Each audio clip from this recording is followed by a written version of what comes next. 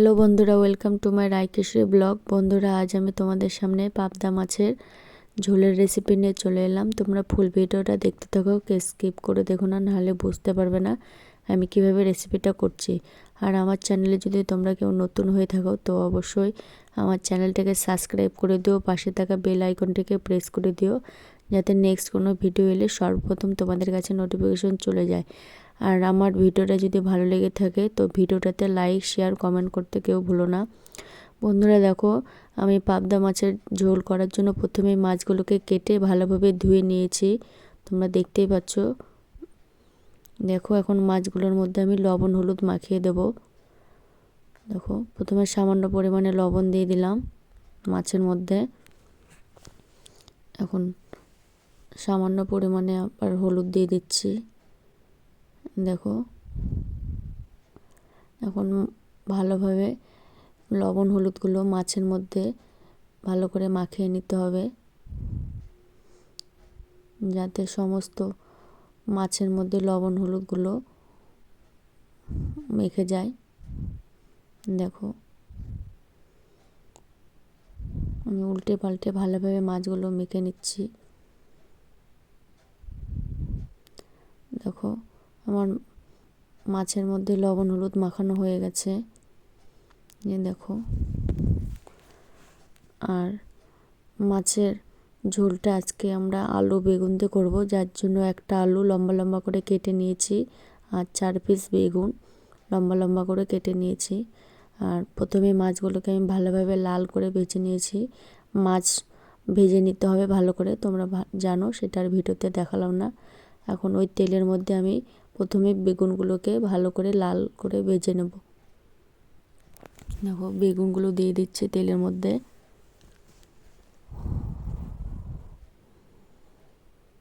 দেখো, ভালো করে উল্টে পাল্টে আমি লাল করে ভেজে নিচ্ছি বেগুনগুলো, কারণ বেগুনগুলো যদি না ভেজে নিই তো ঝোলটা খেতে ভালো লাগবে না, যার জন্য বেগুনগুলোকে আমি ভালোভাবে আগে আলাদা করে ভেজে নিচ্ছি।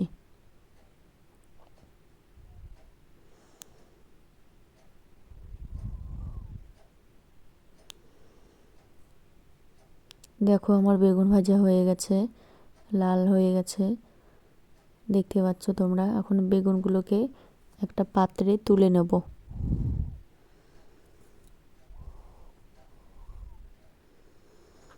দেখো, আমার বেগুন তোলা হয়ে গেল। এখন ওই তেলের মধ্যে আমরা ফোড়ন দিয়ে দেব। ফোড়নের জন্য 2টো শুকনো লঙ্কা দিয়ে দিলাম তেলের মধ্যে, দিয়ে ভালোভাবে নেড়ে চেড়ে নিচ্ছি। এখন সামান্য পরিমাণে হাফ চামচের মতো জিরে দিয়ে দিচ্ছি।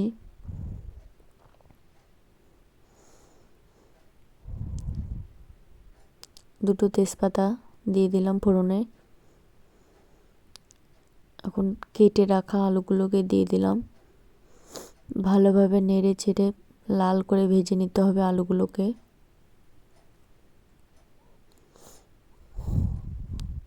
দেখো, আমার আলু ভাজা হয়ে গেছে, তোমরা দেখতেই পাচ্ছ আলুগুলো লাল হয়ে গেছে। এখন আমি বাটনা দিয়ে দেব। তো বাটনার জন্য আমি আগে থেকে আদা, জিরে, কাঁচা লঙ্কা, শুকনো লঙ্কা আর সামান্য পরিমাণে রাঁধুনি বেটে নিয়েছি মশলার সাথে।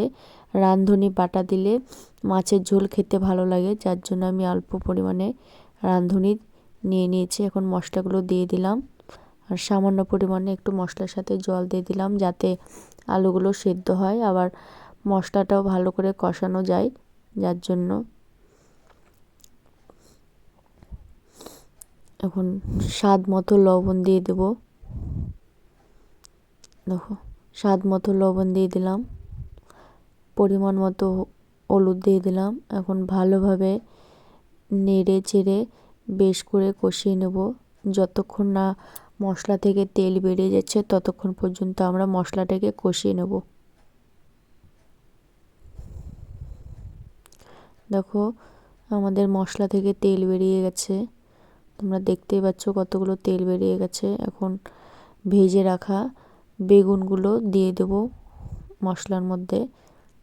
দেখো, বেগুনগুলো দিয়ে দিচ্ছি, কারণ বেগুনগুলো যদি না কষিয়ে নিই মশলার সাথে খেতে ভালো লাগবে না বেগুনগুলো, যার জন্য ভালো করে মশলার সাথে বেগুনগুলো কষিয়ে নিচ্ছি।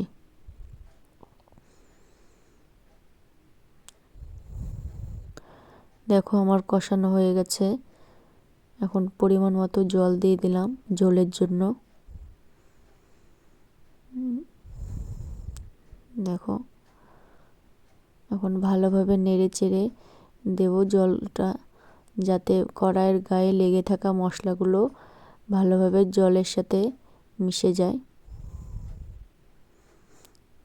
এখন দেখো আমাদের ঝোল ফুটে গেছে। এখন গ্যাসের ফ্লেমটা হাই টু মিডিয়াম ফ্লেমে রেখে 1 মিনিট ভালো করে ফুটিয়ে নিয়ে এখন মাছগুলোকে ঢেলে দিলাম। তো আস্তে আস্তে মাছগুলোকে নেড়ে দিতে হবে, কারণ পাবদা মাছ খুবই নরম ও হালকা হয়। বেশি ফুটাবো না, না হলে মাছগুলো ভেঙে যাবে। এখন মাছের মধ্যে চিড়ে রাখা 3-4টে কাঁচা লঙ্কা দিয়ে দেবো। কাঁচা লঙ্কা চেরা দিলে মাছের ঝোলের ফ্লেভারটাও ভালো আসবে, আবার খেতেও স্বাদ লাগবে।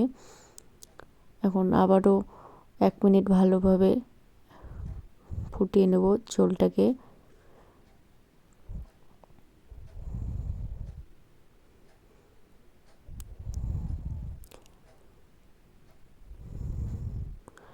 দেখো বন্ধুরা আমার ঝোল হয়ে গেছে মাছের, তোমরা দেখে বুঝতে পারছো।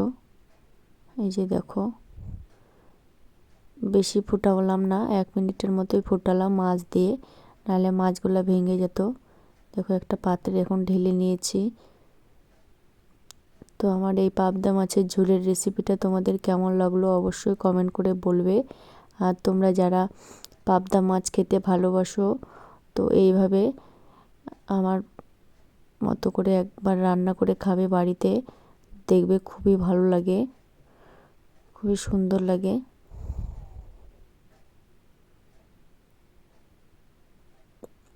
দেখো আর তোমরা আমার কাছ থেকে কি ধরনের রেসিপি দেখতে চাও তাও কমেন্ট করে বলবে, তাহলে তোমাদেরকে তোমাদের পছন্দ অনুযায়ী রেসিপি আমি দেখানোর চেষ্টা করব।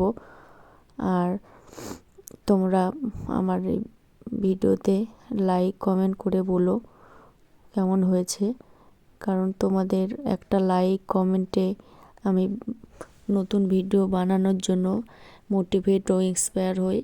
তো আর তোমাদের কমেন্টও পড়তে আমার ভালো লাগে। তো প্লিজ কমেন্ট করো, লাইক করো, আর ভিডিওটাকে বেশি বেশি করে শেয়ার করো। আর বন্ধুরা তোমরা ভিডিও দেখে চলে যাচ্ছ কিন্তু চ্যানেলটাকে সাবস্ক্রাইব করছো না, প্লিজ আমার চ্যানেলটাকে সাবস্ক্রাইব করে দিও বন্ধুরা। আমার এই পাবদা মাছের রেসিপিটা দেখার জন্য তোমাদেরকে অনেক অনেক ধন্যবাদ। তোমরা সবাই ভালো থেকো, আর আবার অন্য কোনো দিন অন্য কোনো রেসিপি নিয়ে তোমাদের সামনে হাজির হব বন্ধুরা। টাটা।